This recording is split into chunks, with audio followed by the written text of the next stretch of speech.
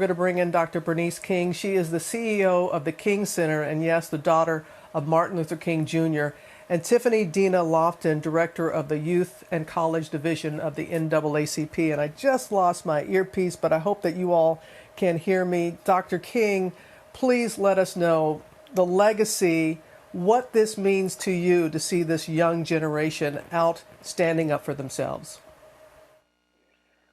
Well, I am so proud of them, first of all, for the tenacity, the resilience, and the vigilance that they are exercising, and the determination to keep the issue of Black Lives Matter before this nation, which has caused so many people to lean in ways that I've never seen before in generations past.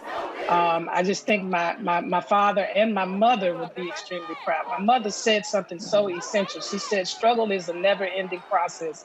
Freedom is never really won. You earn it and win it in every generation.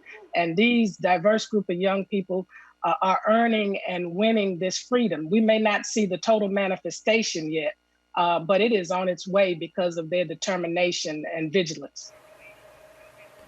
You know, Dr. King, there's a sense from so many people. Yes, we've seen protests over the years. You know, my parents, they did the sit-ins on the lunch counters. But it somehow, is it different this time? Do you feel a difference this time with the protests? I do feel a difference. I've been conversing with a lot of people, as you can imagine, and believe it or not, a lot of people who sit in seats of influence, and they are leaning in. They are listening. They're asking, what should we do? What can we do? And so I just want to say again, I appreciate the tenacity of this generation and not letting up on this issue. Because in so many times past, people would kind of resort back to business as usual, and they have continued to persist, and that's so important. It is. And Tiffany, I want to bring you in on this discussion because you speak with so many young people, and they're going through a lot right now. The pandemic, not being able to go back to school, the stress. What is their unique message? The unique message right now, I think, is since 2014, we've been demanding justice. And it's unfortunate that during a global pandemic, even after the murder of Michael Brown in 2014, we have to continue the same tactics, the same sacrifices, the same risk that our young folks are taking right now in the streets across the country. Their message is clear. Their message is we want justice. And justice, Robin, is defined clearly as making sure that we get a fair trial and that officers seek prosecution and get convicted. And we know that the track record of this country has never given us that. And so right now, the message of new folks in the work, the diversity, as you guys have been mentioning, of the protest is for us to focus on two things: making sure that we get justice for the family and that we get really strong reforms so that Black people in America feel safe. And you bring that up, and we have as well, about the diversity, about seeing these young white and Black faces together side by side. It's so profound to see that. Why do you think it is so important to this generation to be side by side in this initiative? I think that the work we've been doing in and out of the year to talk about allyship and what it means to be an ally, what it means to stand in solidarity with communities of color. Robin, you and I have both heard people say that nobody's free until Black folks are free. And so the effort of diversity that's taking place right now in the field, I think, is an opportunity for us to recognize that America is changing, and it's starting with our young people leading a positive and good example of what it's like to demand justice for not only Black Lives Matter, but for everyone. Yes, I think of the Benjamin Franklin quote, justice will not be served until those who are unaffected are as outraged as those who are. And so, that's right. Dr. King, that's right. Yes, it is, and I think we're really sensing that. I cannot tell you, my phone is blowing up from friends who are reaching out and letting me know that they're allies in this. But Dr. King, there's still, I don't know if you saw the video that went viral. 3 Black men, one was 45, one was in his 30s, and a 16-year-old.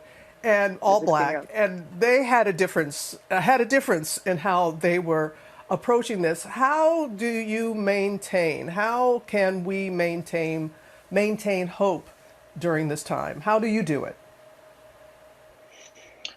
Well, I maintain hope because I know that as the message continues to stay focused on what the real issue is, we can galvanize people around those reforms that Tiffany spoke about, those police reforms that are very much needed immediately.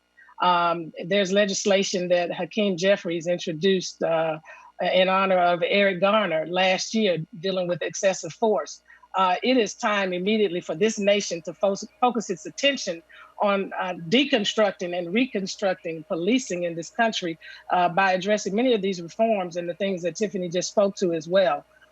This time, it must change, because if it does not change, then I shudder to think what is going to happen in this country. This time. And Tiffany, your final words? I want to encourage the young folks who are out there protesting to stay strong and resilient. Our ancestors taught us what it is to not only be leaders in this moment, but to also fight for what we believe.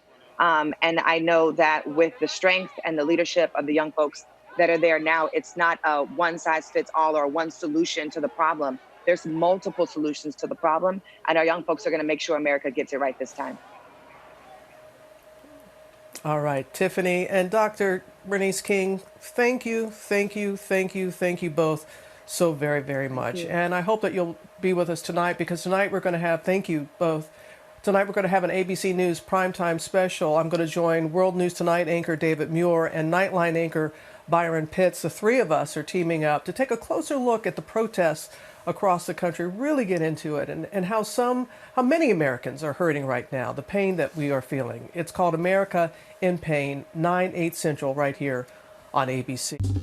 Well, hey there, GMA fans. Robin Roberts here. Thanks for checking out our YouTube channel. Lots of great stuff here. So go on, click the subscribe button right over here to get more of awesome videos and content from GMA every day, anytime. We thank you for watching, and we'll see you in the morning on GMA.